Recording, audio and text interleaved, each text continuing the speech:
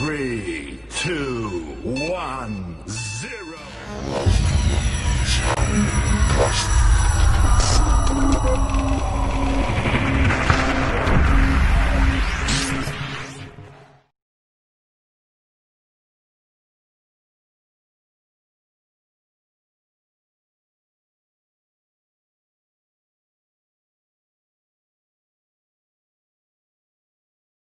Assalamualaikum warahmatullahi wabarakatuh. Perkenalkan, nama saya Firda Widyasari, NIM 14184527, kelas PKM 4, kelompok B2, mahasiswa Kesehatan Masyarakat Surya Global Yogyakarta. Assalamualaikum warahmatullahi wabarakatuh. Perkenalkan, nama saya Intan Septia Rahmadali, NIM 14184530, kelompok B2, mahasiswa Surya Global Yogyakarta. Assalamualaikum warahmatullahi wabarakatuh. Perkenalkan, nama saya Herawati, NIM 14184529, kelompok B2, mahasiswa Stika Surya Global Yogyakarta. Assalamualaikum warahmatullahi wabarakatuh. Saya Gina Maroto Soliha dari kelompok B2. Baik, langsung saja di sini saya akan mempresentasikan hasil kerja kelompok kami. Yang pertama, profil perusahaan. Bagian A, jenis usaha. Usaha yang akan kami kelola adalah jenis usaha yang bergerak di bidang pengelolaan yang bermanfaat bagi kesehatan. Usaha ini lebih menekan kepada bahan rempah-rempah tradisional, kemudian dikemas secara modern sehingga mampu dan tidak kalah bersaing dengan produk yang lain. Unit usaha ini kami beri nama Obat Herbal Pigiein, dikarenakan bergerak dalam usaha penjualan minuman herbal dengan kualitas bahan baku yang baik dan asli rempah-rempah Indonesia dan memiliki cita rasa yang khas. Yang pertama, nama usaha Obat Herbal Pigiein. Yang kedua, nama pemilik B2. Yang ketiga, alamat Jalan Ring Road Selatan, Potorono, Banguntapan, Bantul, DIY. Nomor HP 0813 4001 9411. Bagian B, produk yang dihasilkan. Produk yang dihasilkan adalah produk minuman kesehatan yang baik bagi tubuh dari bahan baku rempah-rempah yang diolah menjadi minuman herbal. Kemudian dikemas menjadi bentuk minuman dalam botol yang bisa dinikmati dalam bentuk hangat. Selanjutnya yaitu struktur organisasi.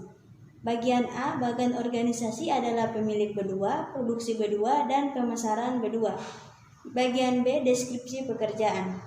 Yang pertama, pemilik. Tugas dan tanggung jawab yang pertama, membuat perencanaan, strategi, dan kebijakan yang menyangkut operasional. Yang kedua, mengendali dan membuat keputusan tertinggi yang menyangkut kelangsungan hidup bisnis. Yang ketiga, menyusun anggaran bisnis dan program kerja. Yang keempat, melakukan kontrol secara keseluruhan atas operasional. Yang kedua, produksi. Tugas dan tanggung jawab yaitu yang pertama, melakukan perencanaan dan pengorganisasian jadwal produksi. Yang kedua, melakukan standar kontrol kualitas. Yang ketiga, mengawasi proses produksi. Yang keempat, mengorganisir perbaikan dan pemeliharaan rutin peralatan produksi. Yang ketiga, pemasaran. Tugas dan tanggung jawab yaitu yang pertama, menciptakan komunikasi pemasaran efektif dan efisien. Yang kedua, mengatur harga untuk mendapatkan return on investment yang layak. Yang ketiga, membuat produk yang hendak di-packing telah siap dan tidak ada kerusakan. Dan yang keempat, memberi label pada kemasan produk. Di sini saya akan menjelaskan tentang produk usaha, di mana produk usaha yang kalian buat itu menghasilkan obat herbal yang berupa kunyit putih dan temulawak. Di mana obat herbal ini sangat bermanfaat untuk kesehatan, terutama dalam pengobatan untuk pernapasan atau mengalami permasalahan dalam pernapasan. Nah, di sini saya akan menjelaskan terkait peralatan produksi atau memproduksi obat herbal ini beserta bahannya. Peralatannya yaitu pertama yaitu panci besar, pisau, sendok, saringan, dan kompor gas.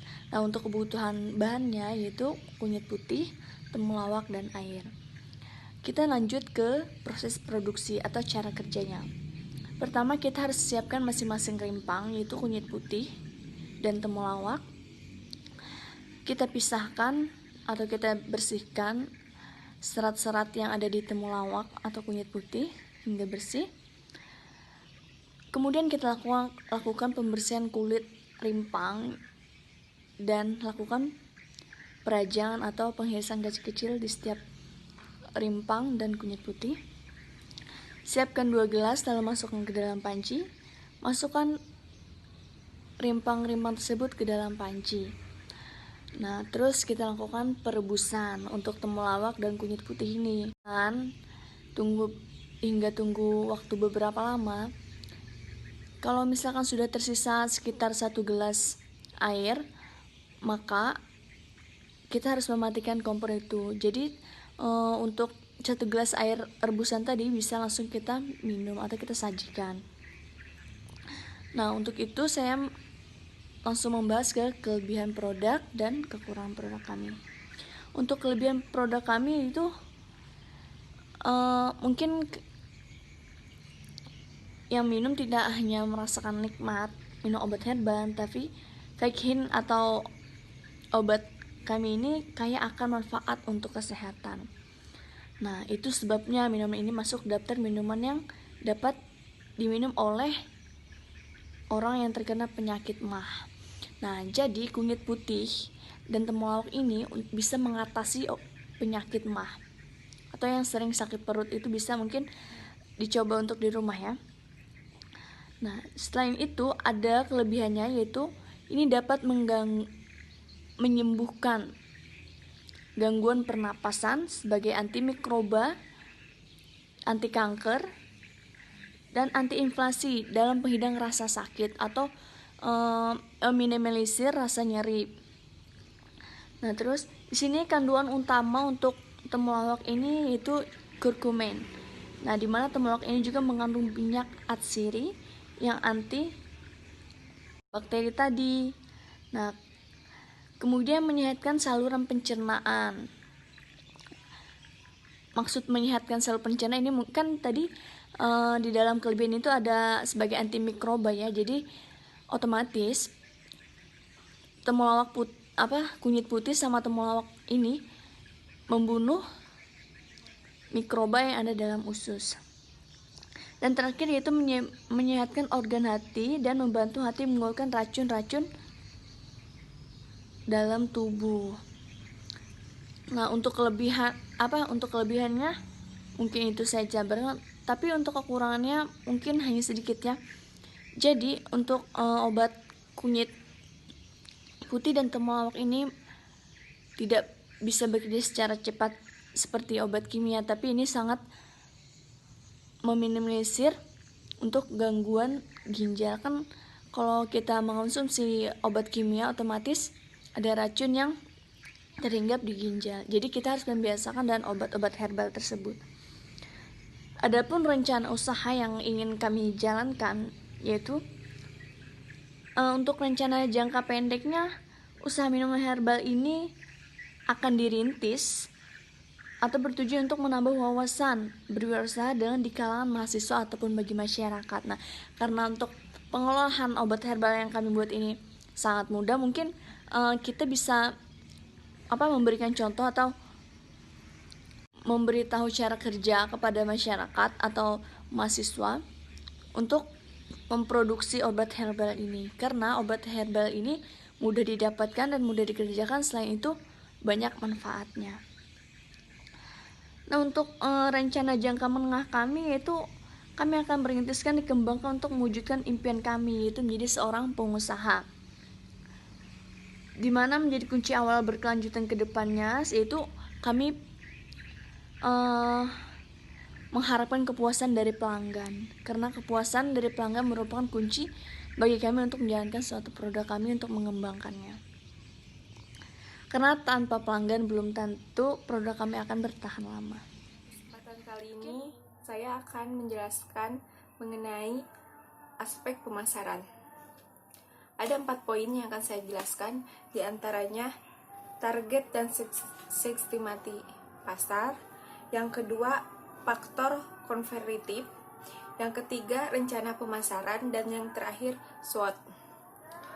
Nah, yang pertama saya akan menjelaskan mengenai target dan segmentasi pasar. Ada 5 poin yang harus diperhatikan dalam target dan segmentasi pasar. Yang pertama, segmentasi.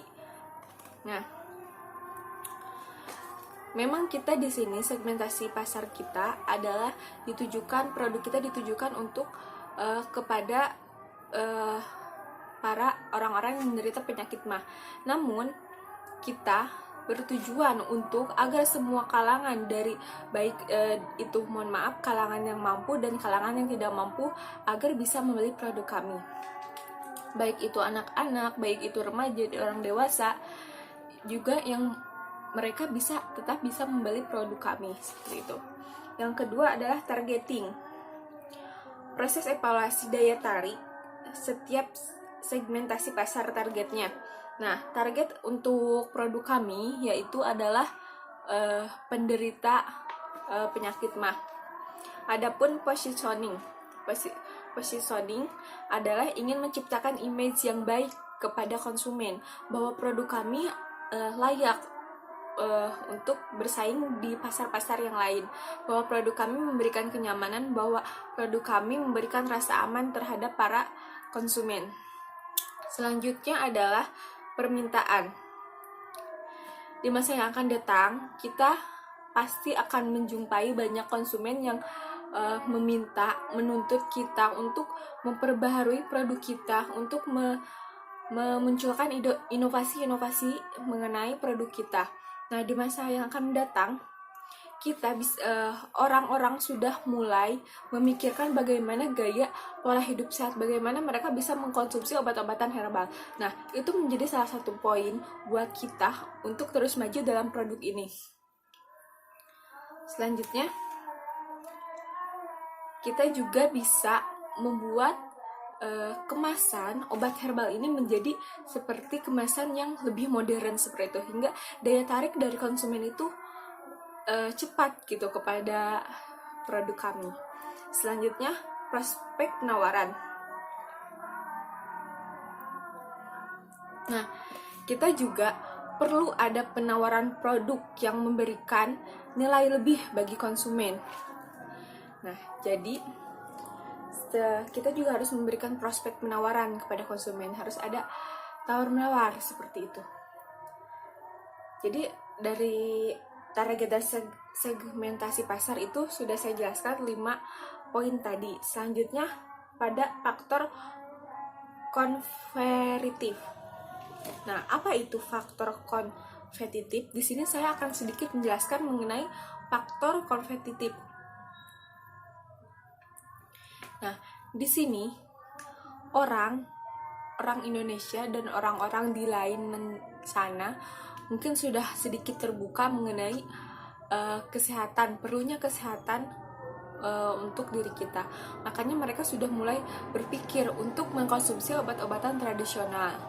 Nah, setelah itu mereka juga mulai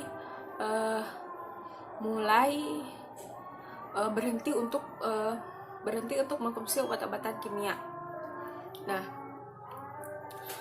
kita bisa membuat peluang yang sangat bagus akan pemikiran yang seperti itu. Nah, selanjutnya kita juga yang tadi saya jelaskan, kita juga bisa mengubah kemasan yang tradisional ini, obat-obat tradisional ini kepada kemasan yang lebih modern, sehingga kita bisa bersaing dengan produk-produk yang ada di pasaran, produk obat-obatan kimia, herbal, dan lain sebagainya. Kita bisa bersaing di sana. Selanjutnya ke faktor poin yang ketiga, yaitu rencana pemasaran. Nah, jika kita ingin menampilkan sebuah produk, ingin memasarkan sebuah produk, kita jangan lupa harus ada perencanaan pemasaran terlebih dahulu.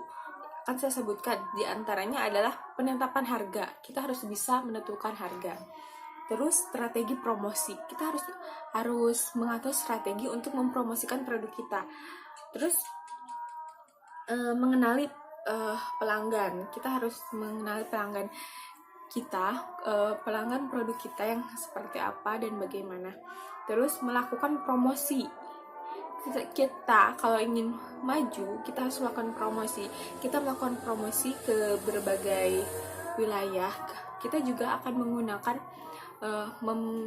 menggunakan media sosial untuk mempromosikan produk kita.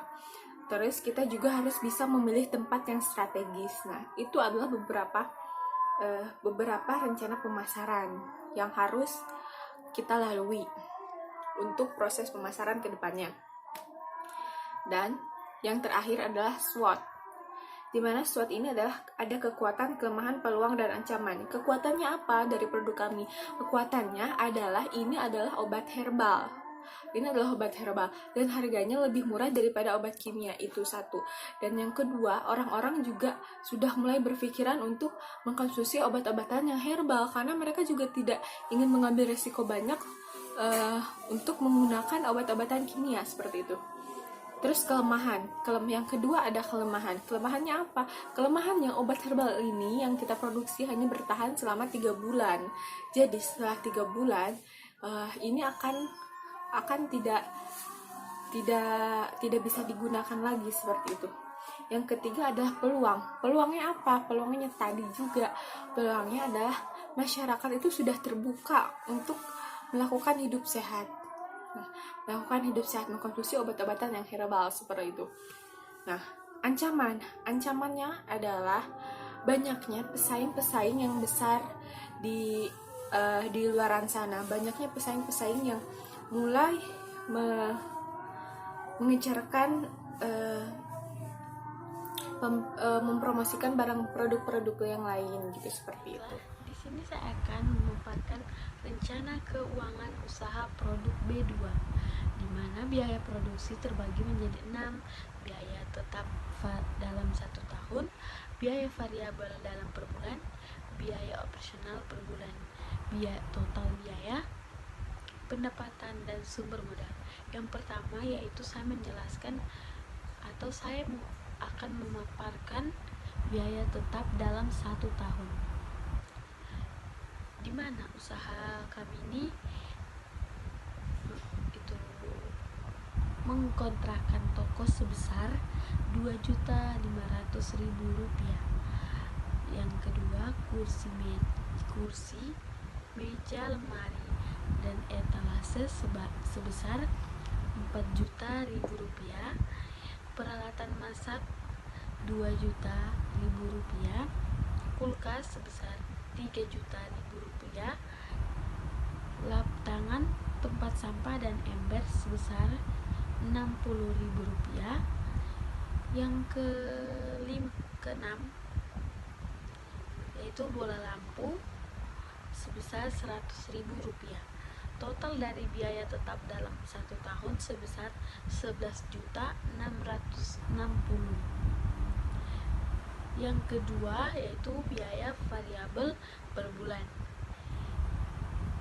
Di biaya variabel ini terbagi menjadi 4, yaitu botol dan label untuk kemasan produknya yaitu sebesar Rp3.000.000, kunyit putih sebesar Rp200.000, temulawak sebesar Rp200.000, dan gas sebesar Rp200.000. Total biaya variabel per bulan yaitu Rp3.600.000. Biaya operasional per bulan yang terbagi menjadi 3, yaitu transportasi, listrik, air, dan lain-lain sebesar Rp600.000. Biaya promosi sebesar Rp200.000. Biaya gaji sebesar Rp2.500.000. Total untuk biaya operasional per bulan yaitu Rp3.300.000. Total biaya dari keseluruhan biaya tadi yaitu biaya tetap, biaya variabel, biaya operasional, yaitu dimana semuanya dijumlahkan.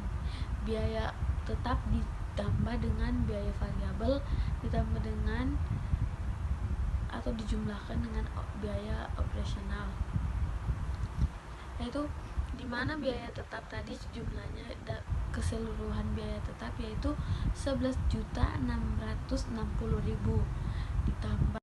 ditambah dengan biaya operasional sebesar 3.300.000, dimana hasil penjumlahannya yaitu sebesar 18.560. Yang kelima yaitu pendapatan. Target penjualan minuman herbal per hari kurang lebih 20 botol. Satu botol seharga Rp15.000. Waktu penjualan Senin sampai Sabtu. Dalam sebulan menjual 520 botol minuman herbal.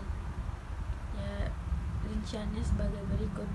Pendapatan harian satu botol harganya 15.000 dalam satu hari. Laku atau yang terjual 20 botol, 15.000 dikali dengan 20 botol sebesar 300.000. Untuk pendapatan bulanan dari pendapatan harian itu 300.000 dikali satu bulan yaitu 30 hari. 300.000 dikali 30 hari sebesar 9 juta. Untuk laba bersih per bulan 9 juta dikurangi dengan biaya variabel per bulan ditambah dengan biaya operasional yaitu 6.900.000, sehingga 9 juta dikurangi dengan 6.900.000 yaitu sebesar 2.100.000.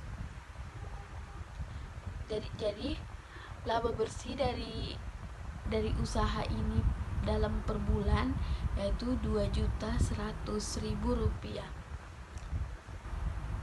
Sumber modal yang terakhir itu sumber modal awal pendirian usaha ini dengan melakukan iuran dari setiap anggota kelompok, sehingga uang yang terkumpul dari iuran kelompok tadi dijadikan modal untuk usaha produk ini.